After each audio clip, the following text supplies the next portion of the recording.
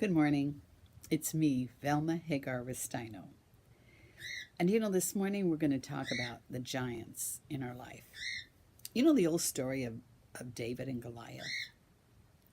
All of us know that story. Even if you don't read the Bible, we all know that from a child. David was just a sheep herder, and God actually chose him to fight a giant that nobody else could beat. And he was small. He didn't have the wherewithal. He didn't have the physical attributes to fight a giant. He was the youngest of several sons that had way more abilities and qualities than he appeared to have. And yet God chose David to fight Goliath. And he did it with a slingshot. So he didn't even have what he needed to kill the giant, but he did it. Now, what I want to say is that every one of us have giants in our life that we have to fight. They may not be physical giants like Goliath was, but they're still giants. They're huge things. You may have giants with your children or your husband or your parents or your physical well-being or your finances or your relationships with people. All kinds of giants that we have to fight. And you know what? If you're called by God, because God directs the steps of your life is a compilation of your choices, and you've made a lot of choices that can kind of change what God had, the smoothness for your life. He wants you to have gentle borders, but our borders are not always gentle. Sometimes because of your choices, sometimes because of the choices of others.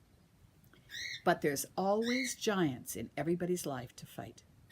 You may look at your own and think, oh, I'm so much worse off than them. But you know what? You don't know what everybody else is going through. You only know what you're going through. And I put something on Facebook the other day that I just love. If you think you can't, you know what? You can't. But if you think you can, you know what? You can. So what are you thinking about yourself and your problem? I can't do this. If you say you can't do this, by golly, you know what? You may as well just hang it up, because you will fail. You cannot make it if you confess with your mouth, because your mouth has the power of life and death in it. Imagine a little teeny tongue, power of life and death. So what you say with that tongue is so important. Your ears hear it. Your flesh, which only responds to, the flesh doesn't think, it just does. It has instincts. It eats the whole pie if you let it. It does all kinds of things it shouldn't do if you let it reign. But if you tell it what to do, and you tell it, it hears, oh, I can do this. You know what? It will do it. Today, I think that's the main thing I want to encourage you on. Every one of us have giants that we have to fight.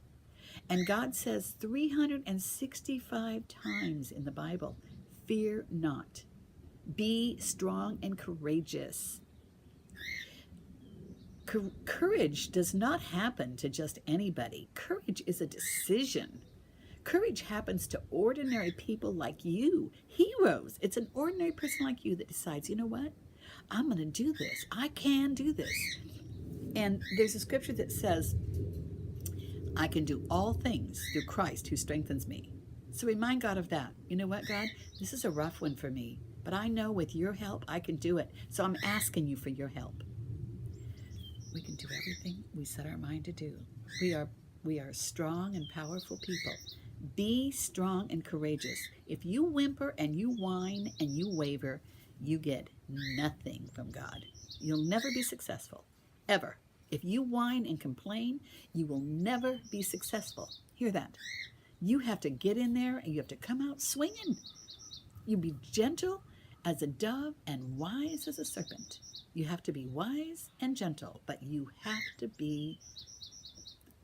be confident in who you are and what you can do. Before I hang up, before I close this down, you have to see what I got here. I got something. Look at this. Check this out. This is Guido. Guido Ristino. Look in the mirror. Is he the cutest thing you've ever seen? He weighs 4 pounds and he thinks he controls me. We lost our Nala. It was a sad day, a very sad day. You're all going to be saying to me what happened, so I'll tell you what happened. She couldn't breathe. She had an issue with her esophagus, and she couldn't breathe. And impulsively, we had to put her down. It was just awful. And Norman and I cried like little 10-year-olds. And then the very next day, my daughter and daughter-in-law came over and they said, "You're getting a puppy." And I go, "No, you're getting a puppy." So I went and I got little Guido Restaino, the little Italian boy. Let me tell you, those little Italian boys, they want to run the show. Anyway, we love him like crazy. If you've lost a pet, I know you know the sorrow. Nala was only 11. It wasn't time for her to go yet. But I tell you this, if you lost a pet, go get another one. You cannot believe how the sorrow lifted off of us once we got Guido. We were like, okay, you know what? It was time for Nala to go to the Rainbow Bridge. She's gone. She was a wonderful pet. I adored her. And now I got Guido. Okay, you guys, this is Velma Hagar Restaino, and I have to get this down because I haven't been promoting my book properly.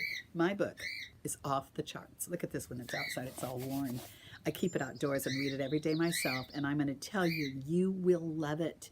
If you don't have it, get it, Amazon.com. Also, you can private message me, and I will send you one. I can send one to you, autographed. But in the meantime, make good choices. And remember this, you can do it. You can do it. I'm telling you, you can do it. Until next time, bye.